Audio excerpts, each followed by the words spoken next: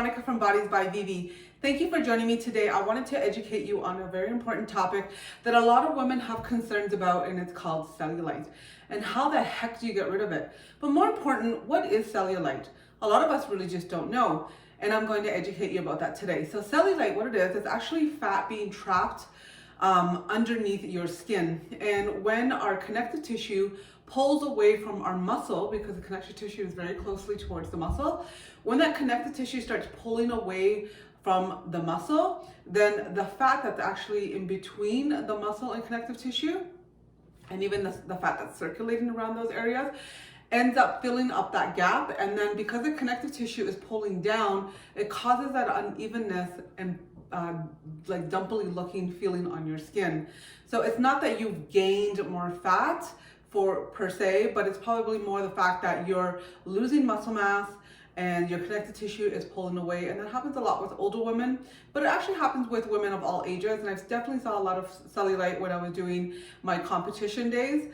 I myself have cellulite, so you're not alone. So there's a little bit of education in terms of what is cellulite, and it's important to know that so that way we know how to deal with it. So I'm gonna give you guys some diet hacks on how you can help your cellulite situation. First of all, you need to start eating a cleaner diet. This is just to avoid more fat gain, because the more fat gain that you're gonna have, the more that surface that you're going to see of cellulite going onto the top of your skin. The next thing is drinking enough water, because it's gonna help to remove and flush out toxins from your body. And remember that toxins are stored in your fat cells. So if you wanna take those fat cells and shrink them and make them smaller, then you need to have enough hydration in your body. The other thing too is actually eating fats. And I know that really sounds crazy, and I'm pretty sure a lot of you guys are well educated now that there are certain fats that help you reduce fat. And so specific ones are avocado, fish oils are super awesome. I like to use fish oils actually over top of my salads instead of taking them as capsules. That type of fat helps to reduce inflammation and helps your body to remove the fat from your body. There's also another fat called MCT oil, which is actually coconut oil that has been removed from the saturated part, and it's a liquid form. I like to use that in my shakes sometimes. That is very good diet hacks that you can use. Okay, so what about exercise hacks? So with exercise, strength training is essential because you want to make sure that you maintain that muscle mass. So the connective tissue and muscle tissue are closely tied in together, so that way the fat is not surfacing, at your skin level, and so you're going to see more of that cellulite resemble on top of your skin. The other thing too is rebounding or plyo cardio type of exercises. So a lot of jumping is really going to help, because it helps for the circulation of your lymphatic system. Other things too is daily walks. Get enough steps in your day, walking, not sitting all day long. Getting that movement in your body is really important. That's really going to help you too. And what about lifestyle hacks? So one thing I do consistently is called dry brushing, and this is a long brush. And what you do is you start from the extremities and you start moving up. And so you start brushing all the way up towards your heart, right? And you do the same thing with your leg and start brushing all the way towards your heart and your back.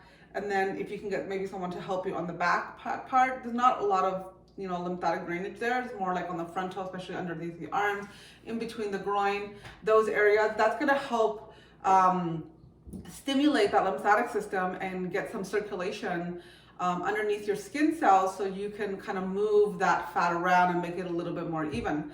So you guys, that is my lifestyle hacks for you, and all of the hacks that I have about cellulite.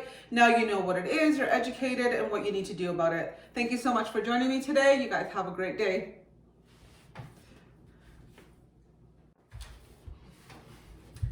Hey everybody, it's Veronica from Bodies by Vivi, your holistic nutritionist and personal fitness trainer, lifestyle coach. Today we're going to be talking about how to curb your sweet cravings. Now I have crazy sweet cravings, and there's nobody better to talk to about this than me, because I'm going to show you some tricks that I personally do that are just save my day all the time. I have them every single day. So this is definitely things that I incorporate that have helped me. But first and foremost, let's educate you on why are you getting sweet cravings, which is really important to know. So one of the biggest reasons people have sugar cravings is, number one, is they're probably lacking food in their diet. They're probably not consuming enough calories, and this is very common with women who are trying to lose weight. We're not seeing that weight loss drop, so we drop our calories even lower and lower, and then eventually your body catches up, and it's just like, I need fuel, and your body's smart. It knows that sugar and anything that's sweet is going to be processed very quickly into energy, and that's exactly what it's going to ask you for. Other reasons too is your calories, your carbs in your diet are just way too low. And sometimes going low is not a bad thing. It's just that you're going low too long. So you're going weeks on end, months on end, or you've been doing it for a year. Really not a good thing. Again, your hormones, catch up, and it will make you crave those sugar cravings. The problem with that one is that once you start eating sugar, you just don't know when to stop. Also too, not getting enough protein in your diet. Protein is super, super important for, cutting out cravings. The majority of people who do my nutrition plans are they're so shocked that they're not craving foods like they used to. And not even just sugar foods, just craving foods in general. And that's because I make sure that, they get a certain amount of protein to make sure that the hormones are very healthy, and they're not going to get that craving that's going to fail them on their diet. The other reason why too is, especially for women, is menstruation. So menstruation, we definitely crave fatty, high sugar based foods. So that is a hormone driven craving. Stress is another one too, which is also hormone driven. So if you have a lot of stress, you're definitely going to crave those type of foods, because again, your body is overrunning itself, and it just needs something quick and fast. And it's always going to ask you for the foods that know the best to do that. Protein won't do that for you, neither will fat. So your body will ask you for sugars. And then just bad habit. If you've been eating a lot of sugar and you just, it's just been a habit and your body has become used to it and it's just a go-to, then that's just a mental habit that you have. That's something that we need to break. Okay, so now you know why we crave sugars. Okay, so my diet hacks, what do I do? Well, I usually drink a lot of sweetened teas. So I either drink green tea with a little bit of stevia. I love licorice. I don't put anything in that other than just hot water, because licorice has already a nice sweet flavor, and so does fennel, which is another one that I use. It's totally awesome. I like to use it when I have a sweet craving, I want something sweet, and then I have that first, and then that kind of cuts off the craving for me. Or I have it after every single meal, because in our Latin culture, we're used to having something sweet after every single meal. So that just really helps me a lot. Also, two things I buy, Quest bars or protein bars. Quest and Pure Protein are usually my biggest to go to when I really have really, really deep cravings for sweets.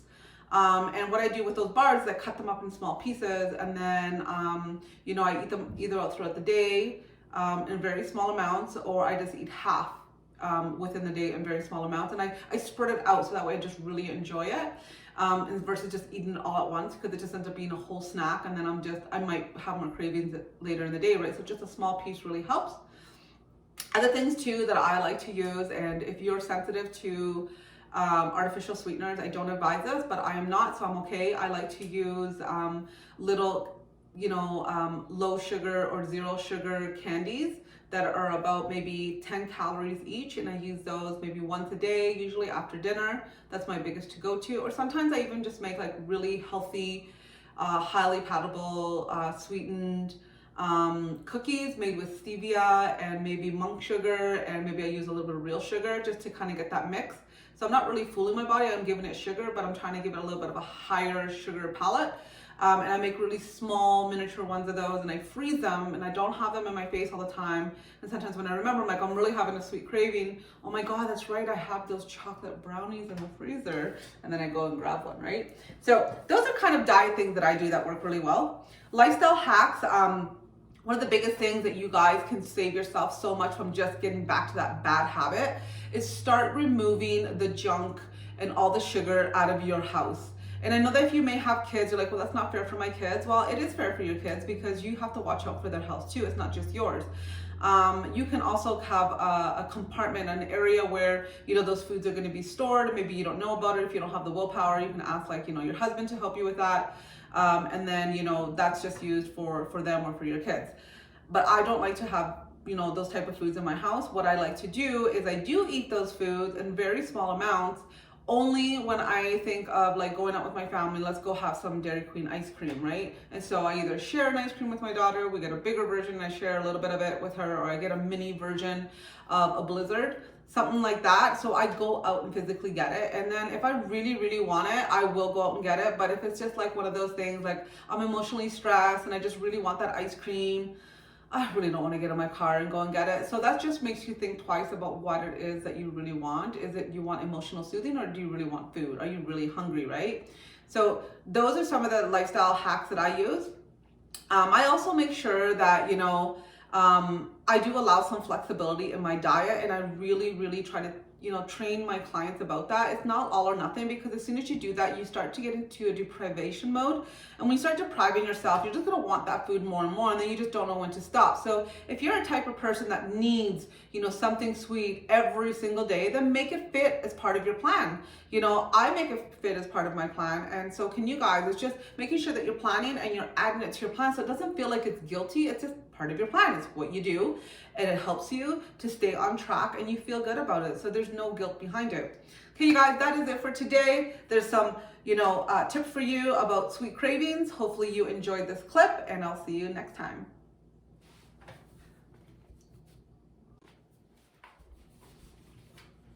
Hey guys, it's Veronica here from Bodies by Vivi, your personal trainer, holistic nutritionist, and lifestyle coach. Today we are going to cover a very important topic that I constantly get questioned about, is how do you overcome your plateau? And I know this is such a pain in the butt because you've been working really hard, you've been getting awesome results, and all of a sudden, nothing happens. Time stays still and you think you're in the twilight zone and you just don't know how to get out of it. And the worst thing that you can do for getting out of a plateau is throwing all of your weapons at that plateau, because if it works, then how are you going to know what actually worked and didn't? So you got to go slow and steady, and you need to be patient. If you've gotten this far already, what is a little bit more time, right? And I really believe that a healthy lifestyle should not have an end date goal. It should be a consistent thing. So if you're just looking at losing 20 pounds, in 2 months, well, what's going to happen after that, right? So it's not about just losing 20 pounds in 2 months or 3 months. In 2 months, that's a little bit hard. But what I'm trying to say is that you want to look long-term, right? So you want to build habits that give you long-term results for the rest of your life. So you're not always having to be on a diet, right? So why do plateaus happen? Education is very important here. So I'm going to explain to you why plateaus happen. They usually happen because you're doing the same thing over and over again. And this honestly happens in fitness world. Women are lifting the same amount of weight, they're doing the same amount of exercises, they're doing the same cardio machine, they're not, increasing their intensity through lifting heavier or going faster. That is definitely one of the biggest reasons when it comes to fitness. It's just your body has become stagnant. It's like, I know this drill already. This is no different than walking to the car. This is no different than running after my kids every day. Your body becomes used to that. So it's no longer an effort for your body. Being honest with yourself is one of the top reasons. Lots of people are like, I'm eating what I'm supposed to, I'm exercising how I'm supposed to. And then when I really start questioning them and saying, okay, so let's track your day yesterday of what you ate. And then they start, oh yeah, and I had a tablespoon of peanut butter. Oh, and I also had the leftovers, chicken nuggets of my daughter. Oh, and then, I woke up in the middle of the night and I was really hungry, so I had a couple of tablespoons of, cottage cheese or ice cream. And so all of those little extra things that they're not logging or they're not taking into account add up. And so, it only takes 3,500 extra calories per week to gain a pound of fat. And so even if you're only losing, like, say, half a pound a week, or you're just like not losing at all, then that literally means that you are eating your maintenance calories. So it means that you are eating enough little extras here and there that you are honestly thinking they're completely innocent and they're not going to affect you, but they are affecting you. So being honest about what you're putting in your mouth and reflecting on that, and maybe cleaning up your diet again, and just honestly log everything that you eat, and then reflect back and saying, yeah, okay, I can see why I hit a plateau, because I'm eating my maintenance calories, right? And if you're gaining weight, then you're eating over your maintenance calories. Other reasons why is you're not adjusting your calories for your current weight or exercise regime. And this is a huge mistake I see So many people make, like they get a diet plan, say it's 1600 calories, and they've been doing 1600 calories for months on end, and then all of a sudden they don't see any more results because that person, you've lost weight. And so your set point is different. You need to readjust your numbers. And if you're not doing it yourself, your coach should be doing it for you. And if you don't have a coach that does it for you, then hire a coach that does it for you, that understands the math, that understands, not only the math, but understands the type of fitness that you're doing too, right? So if your workouts are harder, longer, you're lifting more weights, or they have changed, that changes everything in terms of how you should be eating. So you should not be eating the same way when you were just doing cardio and now you're lifting weights. It's completely different. And so that's why it's important that you have that coach behind you. Okay, so other things, diet hacks. So what diet hacks can you do to help you get out of a plateau? Well, first of all, you need to start recording your diet and reflect. That's one of the biggest things, and that's usually all it takes, because you're going to realize right away that you're actually probably eating more than you need to, or you're eating your maintenance calories. Other things is drinking more water. Your body requires a huge amount of water for you to lose weight. And if you're looking for muscle gains, your same thing. Your body requires a huge amount of water to pump that, glycogen and keep your muscles nice and full and hydrated. So that's really important.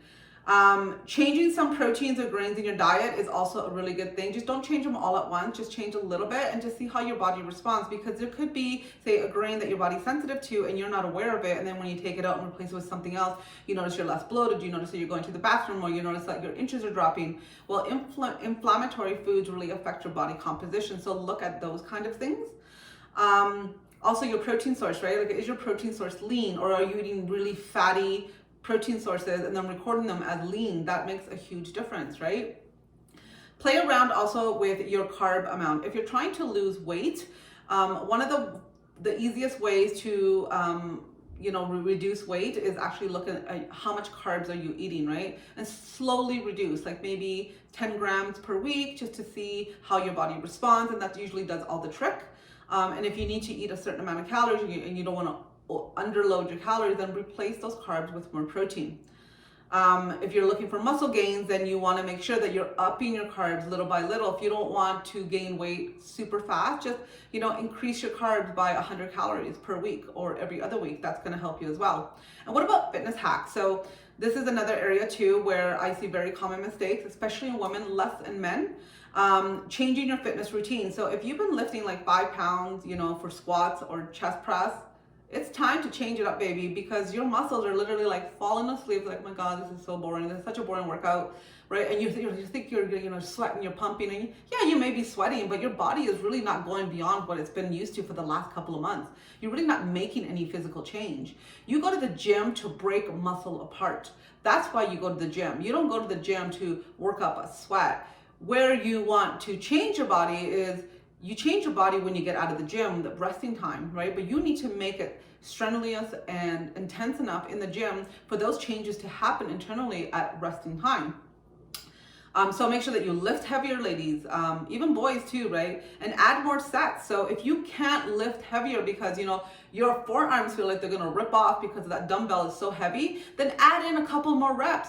Maybe take a break and then just add in another set. That is going to help you gain more muscle. It's going to help change your body composition. And then also too, making sure that you're going for walks, right? That's really important. Maybe increase your steps in the day.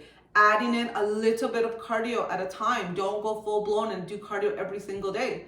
Maybe add in one session of cardio for maybe 20 minutes at a steady state. See how your body responds then. If it's not responding, then maybe try that same session at a higher intensity state. Say a 1-to-3 ratio, like 30 seconds fast, 90-second recovery, right? And do that for 20 minutes and see how your body responds. You need to play around to find what works best for your body, right? I mean, personal trainers and coaches, we have a lot of knowledge. We have a lot of tools in our tool belt, but not all those tools work the same for everybody. That's why we work personally with them to find out what works. But you got to stick long enough with the program to see if it works. If you're just doing something for 3 days and then you're like, oh, I don't see any results. Well, you're not going to see results in 3 days. It's just not going to happen. You need to be patient. And that's how you overcome your plateau. Thank you guys so much for tuning in today. See you next time.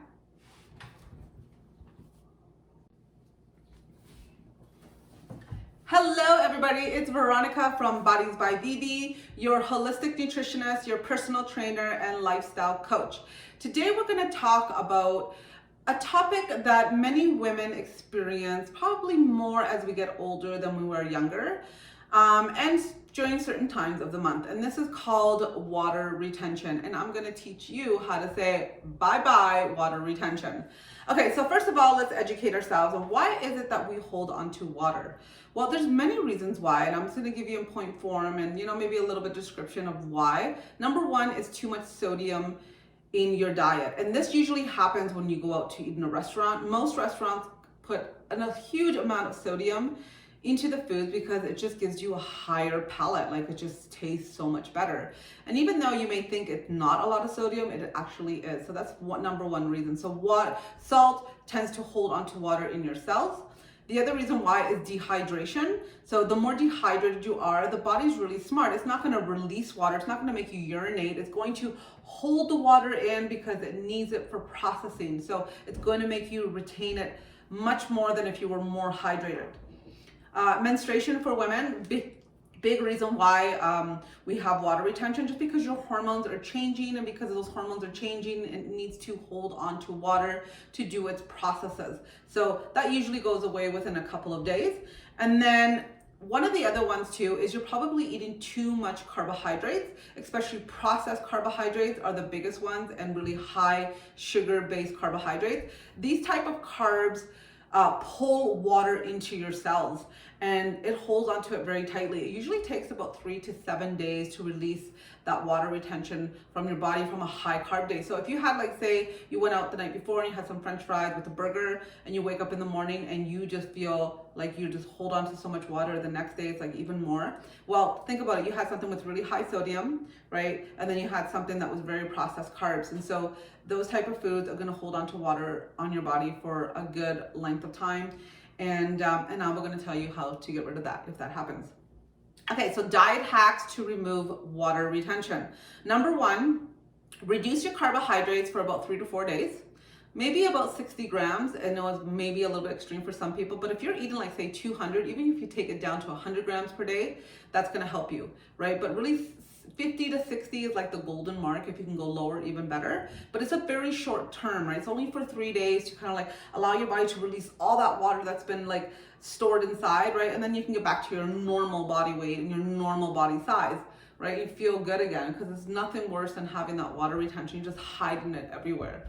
Drink 3 to 4 liters of water a day or more. The more water you drink, you're fooling your body, saying, okay, I'm getting in water, now we can release that stored water. And you will see how much you go to the bathroom, and it's incredible. That really, really helps you.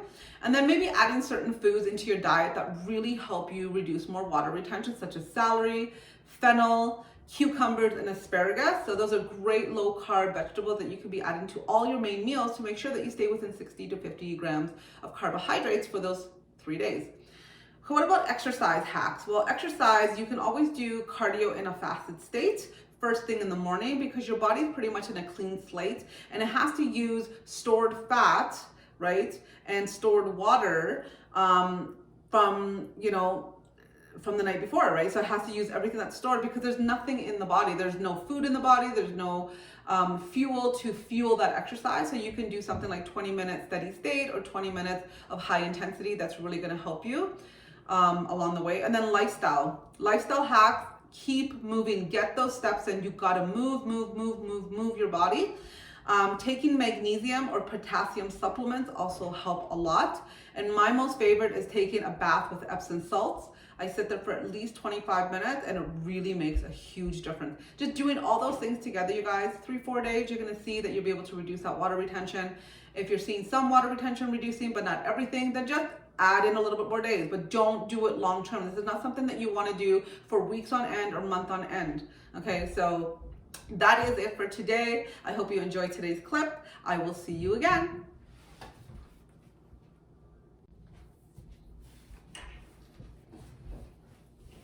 Hey everybody, it is Veronica here from Bodies by Vivi, your fitness coach, your holistic nutritionist, and lifestyle coach. Okay, so today we're going to talk about a topic that is very confused, and most people don't do this right, and it's called fasted exercise. So should you be doing fasted exercise? Well, there could be an answer of yes and no to this. And let's first talk about what is fasted exercise. So fasted exercise means that you are exercising in a fasted state, meaning that you have not eaten for the past 6 to 8 hours or even more. That is true fasting. There is half fasting where people say, well, 4 hours, not eating is considered fasting. That's kind of like a half fast. It's usually between 6 to 8 hours. So that's literally what it means. You're exercising in a non-food presence that is in your bloodstream. Okay, so when is the best time to do a fasted exercise? Well, when you're looking at fat loss, the best time to do a fasted exercise is really first thing in the morning. And the reason why is because, well, you haven't eaten anything, right? You can definitely have black coffee, something like that. That would help. You can even go as far as, maybe having half a protein scoop with water if you're really, really hungry and you still want to get those benefits of the fat loss in a fasted state. You can do that. It won't totally break you out of a fasted state, but it would still do the trick. So you want to do fasted cardio first thing in the morning, and you can do either 20 minutes of high intensity training. That is really the cutoff mark, nothing more, because then if you do more, you're going to start, your body's going to realize like you're under a lot of stress, and it's going to start to use your muscle as fuel, right? We want to use fat as fuel and stored sugar in your body as fuel, right? Or you can do steady state. So if you like something a little bit slower, a little bit longer, you can do steady state, 20 minutes or more. So just being able to walk and talk, right, on the treadmill or in the Stairmaster, nothing heavy, right? But you're still, you're feeling the heat, but it's not like, oh my God, I can't talk, like high intensity. So that's really good. You can also do it when you're doing like light yoga or really light weightlifting, like conditioning kind of thing. But again, not longer than maybe 30 minutes. When you're doing stretching or morning walks, that's the best time to do fasted cardio. Who do I not recommend fasted state exercise? Is those people who are trying to build muscle. So if you're trying to build muscle, you need to have fuel in your body because you're lifting heavy, you're lifting compound movements, and your body really does require the food for that, specifically carbohydrates, right, with a little bit of protein. Now, if you have been fasting exercise for a really long period of time and you're building muscle, then great. Keep doing what you're doing. But I'm talking about the average person. They just work out better with food in their system. They're able to lift heavier. Their intensity level is so much higher, and they're able to withhold the reps and sets way longer than in a fasted state. So that's the only time I don't recommend fasted exercise. So does fasted cardio really help? The last question, right? And for most people, yes, as long as you do it right. Like I said before, if you're doing high intensity training, no more than 20 minutes. If you're doing steady state, 30 minutes or more, right? That's the golden rule. And it does help you because, again, like I said, you are using stored fat, right? And circulating sugars in your bloodstream, right? From usually the night before, or even stored sugar as the main source of fuel when you're exercising. And that is it, you guys. There is your answer. It is a yes and no answer towards fasted exercise. Hope you enjoyed this clip, and I'll see you again.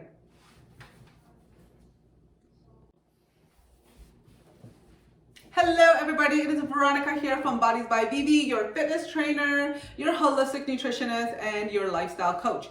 Today we're going to talk about another topic that's really important. I mean, every topic I do is important because these are the most questions I get and where people are the most confused at. And I really want to take the confusion out and just give you the real information on how I stay fit at the age of 44 and how I help all of my other clients stay fit and healthy. So breakfast. Is it really important? That is really the question of today. Is breakfast really the most important meal of the day? Now let's talk about what is breakfast, right? We always start with education. So breakfast is the first meal of the day upon any time that you have woken up. So let me clarify that. If you wake up at 6 in the morning and your first meal that you have, that is called breakfast. If you work night shifts and you wake up at 3 in the afternoon, your first meal is your breakfast. Make sense? So it's not the time that breakfast is defined for, it's when you eat your first meal that is called breakfast because you are breaking a fast. So when you're sleeping, You're fasting, and when you wake up and have your first meal, you are breaking that fast. That is why it's called breakfast. Whoa, I think I need like a light bulb.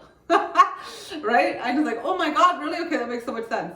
All right, so is breakfast the most important meal? Again, this is a yes and no answer. Yes, depending on what you eat and what your goals are, and no, depending, again, on what you're eating and what are your goals. So what makes breakfast important? Well, an important breakfast depends on what you are eating. So if you have a high protein breakfast of 30 grams, and that could be a vegan source and that could be an animal source, okay? With slow releasing carbs, right? And some fat, that is the perfect breakfast. And it doesn't matter of what time of the day that you have that. And the reason why is because the golden mark of 30 grams per protein, first meal of the day, sets your metabolism up for the rest of the day.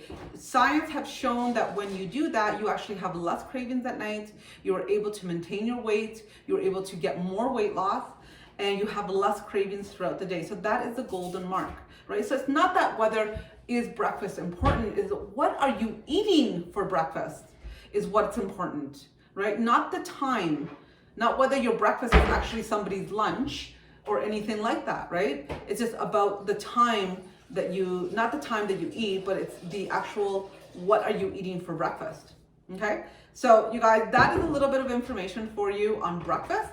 And if your goal is to gain muscle, then absolutely, you still need that 30 grams of protein. And let's make sure that we get enough of those carbs in there as well, especially your post-workout. That is it today, you guys. Thank you so much for tuning in. Till next time.